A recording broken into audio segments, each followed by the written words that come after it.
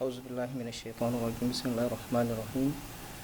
Il est 15h passé de 20 minutes sur les ondes de la radio et télévision Bonferré. Chers frères et sœurs en islam, fidèles téléspectateurs, assalamu alaikum wa rahmatullahi wa barakatuh. Veuillez nous excuser pour ces retards indépendamment de notre volonté. Bienvenue à votre émission Jeunesse Active, au deuxième numéro plutôt de votre émission Jeunesse Active sur le thème les qualités d'un leader musulman. Alors pour débattre de ce sujet, je reçois sur ce plateau notre frère Ahmed Issa Garba. Il est membre du conseil consultatif de l'association des étudiants musulmans du Niger. Ahmed, assalamu alaikum wa rahmatullah. Merci d'accepter notre invitation. Alors comme je l'ai dit tantôt, le thème de notre débat aujourd'hui c'est les qualités d'un leader musulman. Alors nous allons directement rentrer dans le vif du sujet. En passant par ce premier point qui est la définition du leadership plutôt en islam. Alors Amadou, selon vous, quelle définition du leadership on peut donner en islam?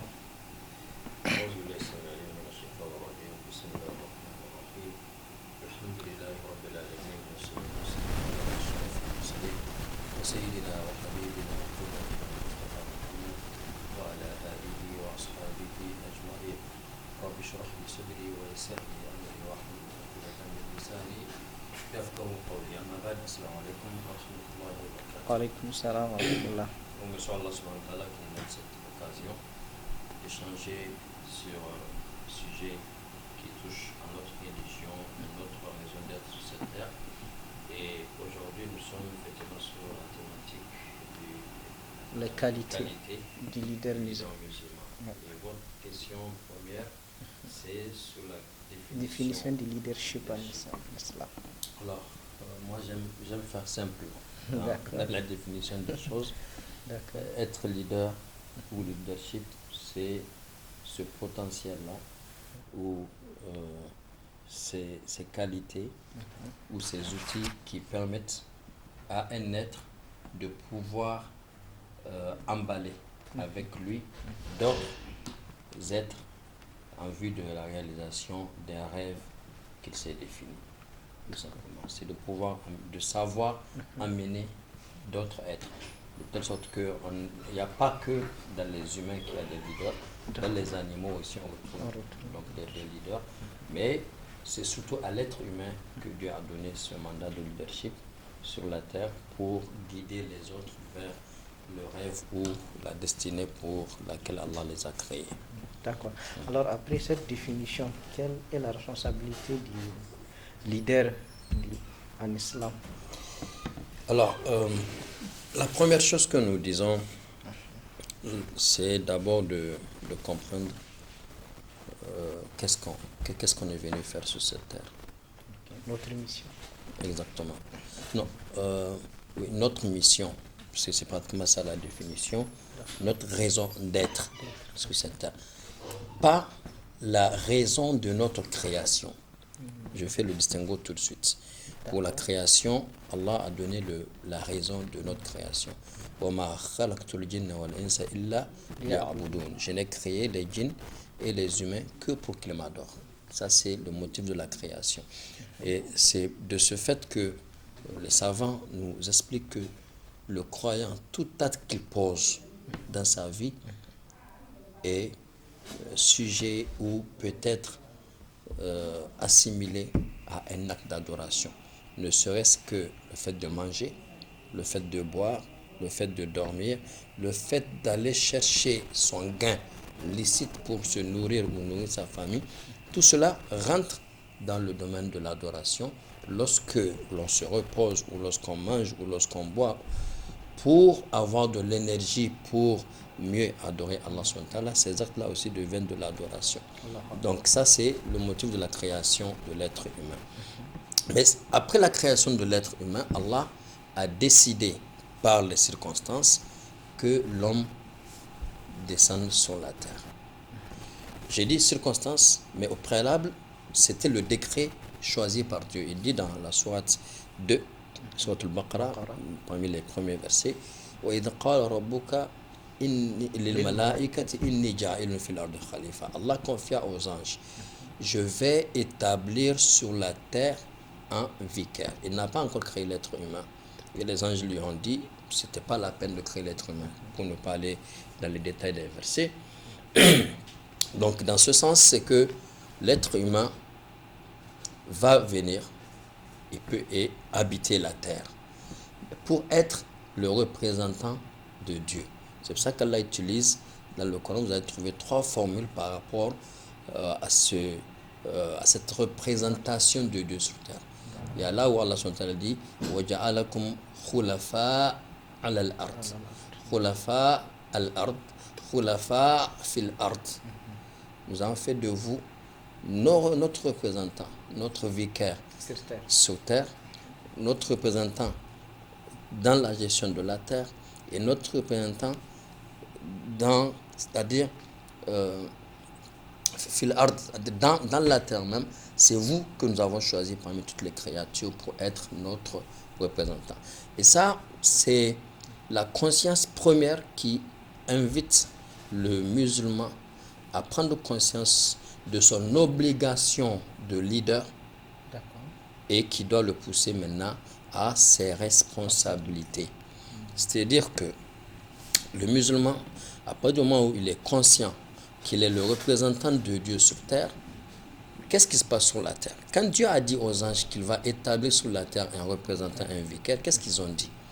Ataj'alu fiha man yufsidu fiha wa yasfiku ad-dima. Vas-tu établir sur la terre des êtres Ataj'alu fiha man yufsidu fiha qui vont pervertir la terre. Man yufsidu fiha wa yasfiku ad-dima et qui vont verser le sang. Donc les guerres, les meurtres, le désordre sur la terre. Allah dit Inni a'lamu ma la ta'lamun. Je sais ce que vous ne savez pas. C'est-à-dire, oui, dans ce que je vais créer, vous avez eu déjà une expérience. Il y en a qui viendront pour faire ce désordre, faire la perversion sur la terre. Mais je sais que parmi eux, mes vicaires là, ils seront là pour rétablir l'ordre. Ils seront là pour gérer la terre, pour que l'essentiel ne soit pas que du désordre. Alors, quel est ton rôle, toi, dans la gestion de cette terre? Et c'est en ces termes que je glisse tout de suite dans le schéma du film. Je prends les films hollywoodiens qu'on nous présente. Généralement, dans un film, nous avons toujours le mauvais, qui est au cœur du désordre, celui dont les anges parlent, et le héros, qui, à un moment donné, il est indifférent, il ne sent aucune responsabilité ou ne prend conscience d'aucune responsabilité jusqu'à ce que la conscience vienne parce qu'il constate que le sang, la perversion s'est développée et qu'il faille qu'à un moment donné, il mette fin à cela. Et dans la société, donc dans le film, il y a aussi les figurants. Ce n'est ni le mauvais, ni le héros, mais ceux-là qui subissent. Quand tout le monde court, ils courent. Quand tout le monde doit être détruit, ils sont détruits.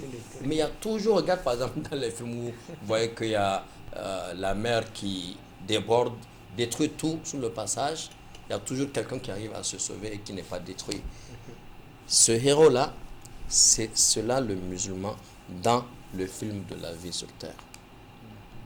C'est celui-là qui sait prendre le problème, l'analyser et savoir que c'est lui qui doit apporter la solution à ce problème que vit la société. C'est dans ça qu'on retrouve la responsabilité du Dieu. C'est-à-dire donc c'est être le représentant de Dieu sur terre en établissant l'ordre que Dieu a établi. Alors après cette responsabilité, il est quand même important de définir les différentes caractéristiques du leader musulman ou du leadership en islam. Alors, je voudrais traiter un préalable sur cette question. D'accord. Pourquoi je veux traiter ce préalable? Parce que malheureusement, nous avons dans notre société certaines personnes qui ont eu la malchance de rencontrer que le blanc. Ce blanc qui estime que la vie sur terre doit se passer très bien. Et pour que ça se passe très bien, il faut que Dieu soit mis à l'écart. au-delà, il y en a qui ont rencontré le blanc, mais qui ont puisé un peu dans la source, qui ont pu découvrir que oui, Dieu est indispensable dans la vie, mais que Dieu doit être appelé que pour l'essentiel dans la vie, notamment le culte et certaines situations sociales, notamment à l'occasion du mariage, du baptême et du décès. Mais en dehors de ça, Dieu doit rester de côté. Et c'est des gens que tu ne pourras jamais traiter de mécréants. C'est des gens qui vont se bomber le torse pour dire que c'est eux les musulmans. Nous trouvons dans notre société des gens qui vous disent, des grands intellectuels qui ont étudié dans des grandes écoles, qui vous disent que l'islam, quand ça va au-delà du culte, ce n'est plus de l'islam. Quand ça va au-delà de la prière, du jeûne et du pèlerinage, ce n'est plus de l'islam. Quelle compréhension. Ou vous entendez la personne dire que islam et économie, c'est deux choses différentes. Qu'est-ce que l'islam vient chercher dedans? Et pourtant, lui, le musulman qui lit la Sourate al-Fatiha qui est dans le Coran, n'a jamais lu dans le Coran toutes ces règles du commerce qu'Allah a définies dans le Coran. Toutes les règles de l'industrie, toutes les règles de la zoologie ou de la géologie que Allah a établies dans le Coran. Tout cela, Allah nous l'a enseigné. Donc c'est pour ça que il est important de souligner que l'islam est un tout. Et le leadership, c'est le symbole du prophète Mohammed sallallahu alayhi wa sallam. Il faut juste se demander comment est-ce que un homme peut porter un message, mourir, et que ce message continue d'être porté 14 siècles après sa mort. Mais pas seulement son message, l'amour qui lui est porté continue d'être porté. Il continue d'être porté pendant que ces gens-là ne l'ont jamais vu. C'est le summum du leadership. Et le leader là, qui est Mohammed sallallahu alayhi wa sallam, nous ne pouvons trouver des qualités de leadership mieux que chez lui. Ça n'existe pas. Vous savez, quand on parle dans le management et autres des leaders ou tous ces grands écrivains sur le leadership, allez-y les regarder, vous trouverez que l'essentiel d'entre eux, c'est des pasteurs. Je parle de tous ces écrivains occidentaux. Vous trouvez que c'est des pasteurs. Et ces gens-là, qu'est-ce que ça signifie? Qu'il y a une relation minimale entre eux et Dieu. Et vous ne trouverez pas meilleur leader que les prophètes. Il n'y en a pas. Et le sommet de la prophétie, c'est Mohammed sallallahu alayhi wa sallam, c'est le meilleur des leaders.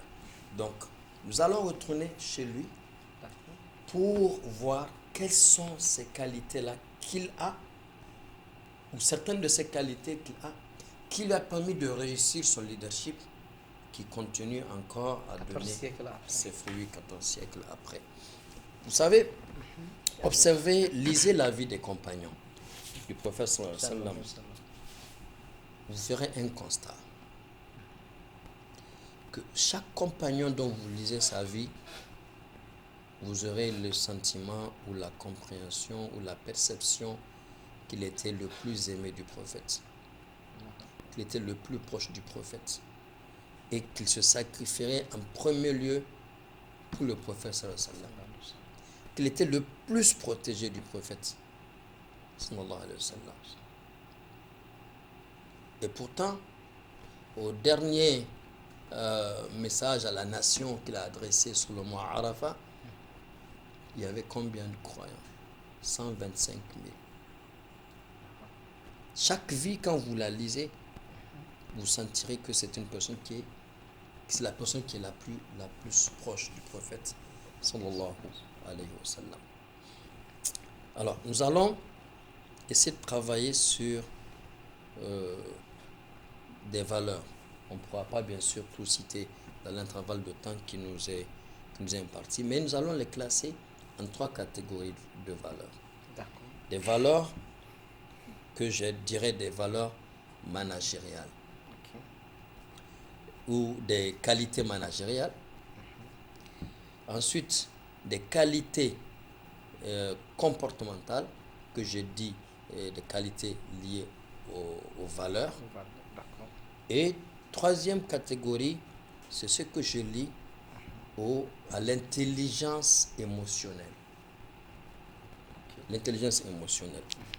Le prophète alayhi salatu wassalam était un homme qui était clairvoyant dans ce qu'il fait. Je dis clairvoyant, c'est-à-dire qu'il savait pourquoi il était là. Ta mission sur terre, ta raison d'être. Qu'est-ce qu'il dit? Les Mécois lui proposent une partie de la royauté de la Mecque et la moitié de la richesse de la Mecque pour qu'il abandonne sa mission. Pour renoncer à la mission. Oui, sa mission était claire. Si on mettait le soleil dans ma main droite et la lune dans ma main gauche, je n'abandonnerai jamais ma mission jusqu'à ce que je choue ou que je réussisse. Je n'abandonnerai jamais. La destination était connue. J'ai une mission à accomplir, c'est de faire parvenir le message de Dieu. Et c'est ce que ses compagnons ont compris. Pendant le voyage de la Hijra vers Médine, Abu Bakr, qui était son compagnon, un moment, il se met à sa gauche, un moment, il se met à sa droite, un moment, il se met devant lui, un moment, il retourne derrière. Il dit, qu'est-ce qui se passe, il y a Abu Bakr? Il dit, non, tu as une mission. Et si tu meurs, la mission s'arrête. Donc, chaque fois que nous avançons, j'ai le sentiment que il y aura de l'embuscade de tel côté et je cours pour me positionner sur ce côté-là. Il y a une mission que Abu Bakr veut protéger. Et lorsque, à la fin, les versets sont révélés pour dire que la mission est terminée, que les compagnons étaient tout contents que la mission est accomplie, Abu Bakr pleurait.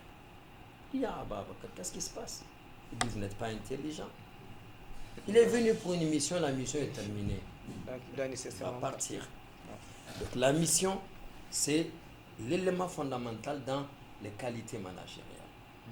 Mais à côté de la mission, il y a la vision. Un leader qui n'a pas de vision, c'est-à-dire des jalons vers la mission, vers la destination finale, ne peut pas être un leader. Parce que tu n'as pas là où tu veux mener les gens. C'est ça. Et j'aime prendre cet exemple de Hélène Keller. Cette dame-là qui a créé une fondation, dont l'ONG ici au Niger. Je me dirais même peut-être qu'il y a des agents qui ne connaissent pas son histoire. Mais il y a une seule chose que j'ai retenue de ce que j'ai lu de sa vie. 19 mois après sa naissance, elle a été affectée par une maladie qui lui fait perdre la vue et l'œil.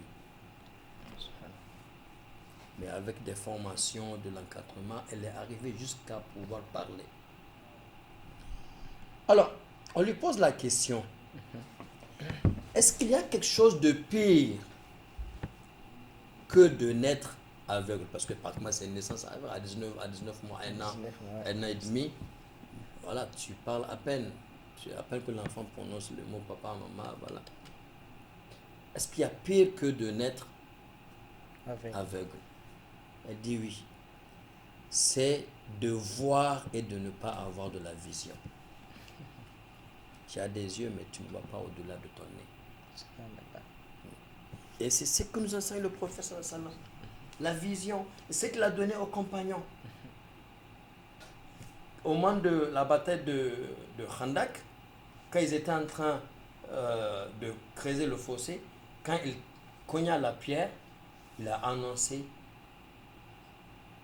que les musulmans vont prendre Constantinople, ils vont prendre quelle autre cité? Il a donné les 3 très bonnes nouvelles des villes Perse, tout ça qui seront conquises par les musulmans, qui étaient encore une toute petite société à Médine, qui était en train de subir une coalition internationale pour les anéantir. C'est pour ça qu'ils faisaient le fossé. Il leur dit tout simplement que ne vous inquiétez pas, d'abord cette guerre nous aurons la victoire, mais ce n'est pas seulement la victoire, c'est qu'à un moment donné, nous serons jusqu'à Perse et autres, et la cité. Et dans une de ces cités, avant toujours la mort du prophète, quand il a envoyé ses émissaires, Abu Sufyan et d'autres étaient partis en caravane pour faire des commandes. Le roi dit de faire venir les Mécois qui étaient là. Il leur pose des questions. Particulièrement Abu Sufyan, les autres étaient derrière. Toutes les questions qu'Abu Sufyan a répondues, il a chuchoté. Il dit, ce monsieur mettra pied ici. Il viendra ici. Donc une vision qui dit qu'il y aura la victoire. La victoire de l'autre côté. Oui. Voilà. Donc la vision est fondamentale pour un leader. C'est lui qui ne sait pas où est-ce qu'il veut être dans 5 ans, dans 10 ans, dans 20 ans. Mais qu'est-ce qu'il fait sur Terre? En tout cas, je ne vois pas. Qu'est-ce qu'il fait sur Terre? Donc la vision est fondamentale pour un leader. Mais quand tu vis au gré des circonstances, en fait, tu es juste en train de survivre. On suit seulement. Oui, tu survis, c'est-à-dire tu attends jusque l'âge de la mort arrive pour te dire, bon, on y va. Et troisièmement, c'est la précision dans les plans. Vous savez, Dieu a établi toutes choses sur mesure. وَكُلَّ شَيْءٍ خَلَقْنَاهُ بِقَدَرٍ. Nous avons créé toutes choses avec mesure. Je pense l'avoir dit plusieurs fois dans ce studio. Pour qu'il y ait procréation, il faut qu'il y ait forcément une relation entre un homme et une femme.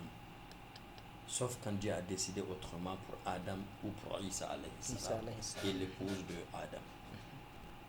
Il faut qu'il y ait, mais pas seulement qu'il y ait, il faut qu'il y ait ce contact entre un homme et une femme à un moment donné où la femme est en ovulation et que l'homme puisse produire un certain nombre de spermatozoïdes avec un certain niveau de vitalité pour qu'un seul puisse permettre d'avoir une fécondation.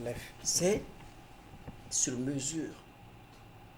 Pour qu'il y ait de la pluie, il faut un certain nombre de phénomènes qui puissent permettre que les nuages se constituent et qu'il y ait une certaine densité et autres paramètres que je ne maîtrise pas pour que l'eau puisse tomber. Et si tout est comme ça, pour que tu puisses remplir ton ventre, il y a une quantité de nourriture que tu dois manger. Et ce n'est pas la même quantité que tu vas manger en riz comme en pâte alimentaire ou en igname ou autre. Toute chose a une mesure. Le leader, il fait des plans, des précisions sur ce qu'il veut faire de sa vie. Quatrièmement, c'est tu ne vis pas seul. Tu es prêt à aller au bout seul, mais tu travailles toujours avec les autres. Et parfois plus que les autres pour arriver à cette vision ou à ce rêve. Ça, c'est les qualités comportementales. Managériales. D'accord. Revenons aux qualités comportementales. Sur les valeurs. D'accord, sur les valeurs. Il y a 4 valeurs. Parce que j'essaie de simplifier ces choses-là pour qu'on ne se complique pas trop la vie. Un leader est une personne qui a un courage infaillible. Lorsque tout le monde pense qu'on lâche, on dépose le tablier, puis c'est en ce moment qu'il avance. C'est en ce moment qu'il se prépare. C'est la détermination. Pendant que les autres voient à travers les obstacles des raisons d'abandonner, lui, il voit à travers les obstacles des paliers sur lesquels il doit se poser pour mieux sauter. Il n'abandonne pas. Il a le courage d'affronter ces difficultés. Et j'aime bien ce frère qui dit, j'aime qu'on me dise que c'est impossible. Il va foncer. Il va foncer. Pour démontrer que c'est possible. C'est possible. D'accord. On va aller vite. D'accord. Un leader qui doit emballer les autres vers un rêve dois être une personne qui a le contrôle de soi. Tu ne peux pas t'emporter à tout moment, mettre les sentiments à part. N'importe quel moment, pour des gestes, des paroles qu'on te fait dans ta société. Pour des critiques souvent. Oui. Tu dois pouvoir te contrôler parce que tant que tu n'as pas le contrôle de soi, mais tu es foutu. On sait que tu vas t'emporter, tu t'emportes, tu perds le contrôle. On cherche les moyens toujours de te faire le désordre. Et c'est fini. Voilà. Ou quand tu as tu perds le contrôle de toi-même, tu peux faire des gestes qui vont décevoir et faire fuir tous ceux-là qui doivent être avec toi. Troisièmement, c'est la confiance en soi. Alors là, je fais une précision. La confiance en soi en islam est conditionnée par la confiance en Allah. Confiance en soi en islam voudrait dire que j'ai conscience que Dieu a mis du potentiel en moi et que j'ai un devoir de l'exploiter au maximum. C'est cela la confiance en soi en islam. Ce n'est pas cette confiance en soi qu'on voit dans le développement personnel qui te dit que tu dois compter que sur toi, sur le potentiel qui est en toi. Mais tout ton potentiel vient de Dieu et tu dois pouvoir en tenir compte. Et un leader, c'est une personne qui a un sens réel de la justice, de l'équité. Il faut que les gens sentent en toi que tu es une personne équitable, qui est au cœur, qui agit avec justice entre les membres qui sont sous ta responsabilité. Ça, c'est les 4 en ce qui concerne les valeurs. Au niveau de l'intelligence émotionnelle, un leader, d'abord, c'est quelqu'un qui a le sens de la responsabilité. Tu donnes une mission, une tâche à ceux-là que tu es en train de leader. Ce qu'ils accomplissent, ils l'accomplissent sous ta responsabilité. Quand vous voyez quelqu'un fuir sa responsabilité pour dire c'est mon agent qui a fait, c'est que ce n'est pas un leader. Un leader assume, quitte à la maison de laver le linge sale. Mais il assume. Deuxième élément, c'est la personnalité agréable. Les gens aiment être avec toi. Quand tu as un groupe d'êtres que tu leads, que tu guides, que tu tires vers une destination, pose-toi la question, quand tu es là, est-ce que les gens sont contents? Est-ce que quand tu n'es pas là, est-ce qu'on sent que c'est comme s'il y a un vide? Il y a un vide. Est-ce que ton absence crée un vide? Est-ce que ta présence comble les gens? C'est ça le prophète sallallahu alayhi wa sallam. C'est ça que exactement. Quand il a rendu l'âme, certains ont perdu la tête comme Ibn Khattab. Dit non, il n'est pas mort, il est parti comme Moussa, il est parti à un devoir avec Dieu, il va revenir. Alors qu'il est dans la maison. Il a perdu la tête. C'est parti. D'autres ont perdu la parole. D'autres n'avaient plus de force dans leurs pieds. Ils étaient là par terre comme des handicapés. Parce que un vide, un grand vide vient de se créer. Bilal, à force, en fin de compte, demandé à quitter Médine. Il ne pouvait plus. Il sentait un grand vide quand il fait l'appel à la prière et que quand quelqu'un rentre pour dire la prière, il voit que ce n'est pas le prophète, même si c'est son ami intime, Abu Bakr. Il a demandé à partir. Il ne pouvait plus rester. Il y avait un véritable vide. C'est ça que doit être un leader. Donc la personnalité agréable. Troisième élément au niveau de l'intelligence émotionnelle, c'est la sympathie et la compréhension. Est-ce que tu es sympathique avec les gens qui sont avec toi? C'est un élément qui crée la personnalité agréable. Mais la compréhension. Essaie toujours de comprendre celui qui est avec toi. Tu ne peux pas tirer quelqu'un vers une destination sans comprendre. Forcément, il va y avoir divergence. Exactement. D'accord? Et le dernier élément, c'est l'esprit parental. Un leader se comporte toujours comme un père de famille. Ceux qui sont pères de famille, vrais pères de famille, ils savent de quoi il s'agit. Comment tu dois te comporter entre tes enfants, comment tu dois partager l'amour entre eux, c'est-à-dire manifester cet amour entre tes enfants, comment tu dois traiter la question de l'égalité entre eux, comment tu dois être une couverture pour eux. L'enfant, quand tu le demandes qui est l'homme le plus fort du monde, il dira son père. Qui est l'homme le plus riche du monde, c'est son père. C'est comme ça que tu dois être pour ceux qui sont autour de toi. Ils voient en toi le Superman. D'accord. Donc c'est comme ça que, regarde, Khandak, la pierre que le prophète a cassée, mais ce n'était pas lui qui creusait là-bas. Mais quand ils ont perdu tout moyen, est-ce qu'il faut aller? On va chez papa. Voilà. C'est papa qui va solutionner ça. On vient au prophète, et il y a une pierre qui est là, on n'arrive pas à casser. Donc c'est cela que doit être un leader. Ces qualités-là sont ce que nous estimons être des fondamentaux, que nous avons puisés dans la tradition du prophète alayhi salatu wassalam, et que nous avons la conviction que ces éléments-là ont fortement contribué à ce que ses compagnons-là l'aiment et qui transmettent le message et que le message continue à être encore partagé de génération en génération, de siècle en siècle. C'est ça qu'on va faire pour cette précision. Alors, le temps qui nous a été donné tire à sa fin. Déjà je pense qu'on n'est pas... on a 8 minutes encore. On a 8 minutes, d'accord. Alors, quel message vous allez donner à l'endroit de la jeunesse? Quel message pour la jeunesse allant dans le sens effectivement de ce leadership-là? Alors, le message que je dirais aux gens, aux jeunes, c'est que la jeunesse, notre jeunesse, doit prendre conscience du potentiel que Dieu lui a donné. Notre jeunesse a une très forte richesse qu'aucune jeunesse au monde n'a. Je parle de la jeunesse nigérienne.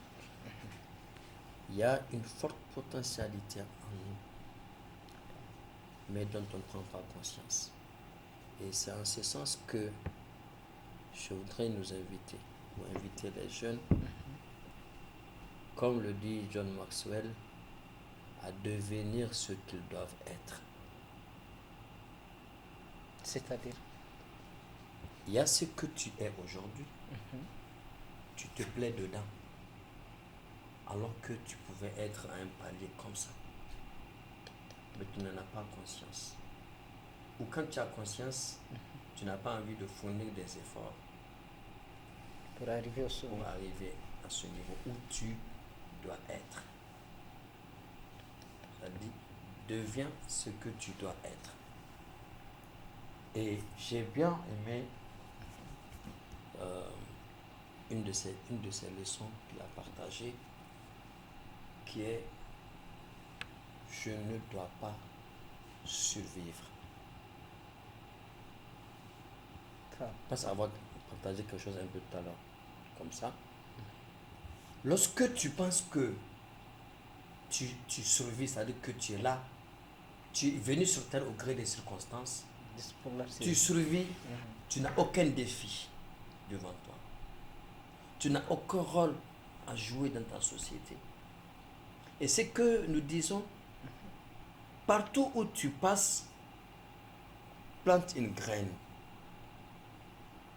Ne passe pas inaperçu, pas en faisant du bruit, mais en construisant. Que la présence ne soit pas égale à l'absence. Exactement. Donc, il faut savoir où est-ce que tu es. Prendre conscience que en toi, il y a du potentiel énorme. Te battre pour réveiller ce potentiel-là. Nous pouvons faire des choses extraordinaires dans nos pays, dans notre société, pour notre société. J'ai parlé du prophète alayhi salatu wassalam. Mais la plus grande la majorité des compagnons qui ont amené cet islam, qui ont été tirés par le prophète alayhi salatu wassalam, c'était des tout jeunes, des très jeunes. Le dernier homme qu'il a choisi à la dernière bataille qu'il avait préparée, c'était un jeune de 18 ans, Oussama. 18 ans. Il devait diriger une armée dans laquelle il y avait des gens de 58 ans. de 61 ans, je parle de Abou Bakr, ou des Omar, ou des plus âgés. Une armée dans laquelle il y avait des Khalid bin Walid, l'épée de Dieu. Quand Khalid est venu à l'islam, il dit Dieu a renforcé l'islam. C'était le chef de guerre des Mécois qui devient un soldat de l'islam. Quand Omar ibn Khattab est devenu dans l'islam, il dit j'ai demandé à Dieu de renforcer l'islam par l'un des deux Omar, et c'est Omar ibn Khattab que Dieu m'a amené. Tous ces gens-là, le prophète les a mis sous la responsabilité d'un jeune de 18 ans. Un jeune de 18 ans. Quand Abou Bakr prend le pouvoir après la mort du prophète, on dit d'abandonner. Il dit une armée que le prophète a préparée, il ne sait pas de mettre fin à ce contingent. Il doit aller à destination. Après, on va Omar lui dire ok, d'accord, la mission aura lieu. Mais est-ce que tu peux changer le chef? Il dit un homme que le prophète a choisi. Désigné, moi, je vais le changer. Non, jamais. Il l'a maintenu au Sama. Nous avons du potentiel en nous, jeunesse. Il faut qu'on prenne conscience de ça. Et comme je le dis chaque fois, chaque matin quand tu te réveilles, toi jeune, pose-toi la question: quelle est ma mission sur cette terre? Quel est mon rôle sur cette terre? Si aujourd'hui je dois mourir, qu'est-ce que j'ai laissé aux générations qui viendront après moi? Qu'est-ce que j'ai fait pour mes petits frères? Des questions auxquelles beaucoup n'auront pas de réponse. Bien sûr, malheureusement. parce qu'on vit au gré des circonstances. Et on vit dans une jeunesse, dans un environnement très oisif, malheureusement. Exactement. Donc c'est à cela que nous invitons. Il faut que la jeunesse s'éloigne très loin de l'oisiveté, mais surtout de l'amour de la facilité. S'il y a quelque chose qu'il faut véritablement combattre dans notre pays, que ce soit à l'endroit de la jeunesse ou des autres couches de la société, c'est le gain facile. Le gain facile. C'est qui est monnaie courante malheureusement aujourd'hui. Donc on doit combattre fortement les gens devant les kiosques de loterie. Ça, mais eux, ils fournissent des efforts. Parce qu'ils vont là-bas, ils font des papiers, ils font des calculs pour faire des pronostics. Mais ceux qui veulent juste s'asseoir au bord du goudron pour attendre que quelqu'un passe leur donner 200 francs. Alors qu'il les paye contre tiré. Oui. C'est ça. Donc voilà. Alors, ce qu'on peut dire. Votre mot de la fin. Votre mot de la fin. Je me dis que ça a été dit dans le message que nous avons adressé à cette jeunesse, que chacun d'entre nous prenne conscience de notre responsabilité sur cette terre. Et nous rendrons compte de tous les bienfaits dont Allah nous a accordés, que nous puissions les utiliser à bon escient et savoir que tout bienfait qu'Allah nous a accordé, nous avons un devoir d'exploitation potentielle ou exponentielle de ce bienfait-là. Que ce soit les ressources qui sont en nous ou autour de nous, notamment les richesses de notre terre et de ce qui est sur ou sous la terre. Tous ces bienfaits, nous avons l'obligation de les exploiter tel que Allah SWT nous l'a recommandé dans son livre saint. Merci pour les précisions apportées. Chers frères et sœurs, nous sommes à la fin du temps qui nous a été donné. Alors ceci, nous allons nous arrêter en disant tout simplement qu'Allah SWT nous donne la facilité, qu'il nous donne la possibilité d'être ces jeunes leaders et responsables pour un avenir, pour un Niger meilleur. Surtout que nous sommes dans un moment de refondation. La jeunesse a un rôle important à jouer dans cette refondation. Nous prions Allah subhanahu wa ta'ala une prise de conscience et de réveil intellectuel. Donc sur ce, nous disons subhanakallahumma bihamdik, nashhadu an la ilaha illa anta, nastaghfiruka wa natubu ilayk. Merci à vous de nous avoir suivis. Merci à l'équipe qui nous a facilité cette émission. Et merci aussi à notre invité, qu'Allah subhanahu wa ta'ala vous compte cela dans la balance de vos bonnes actions. Assalamu alaikum wa rahmatullahi wa barakatuh.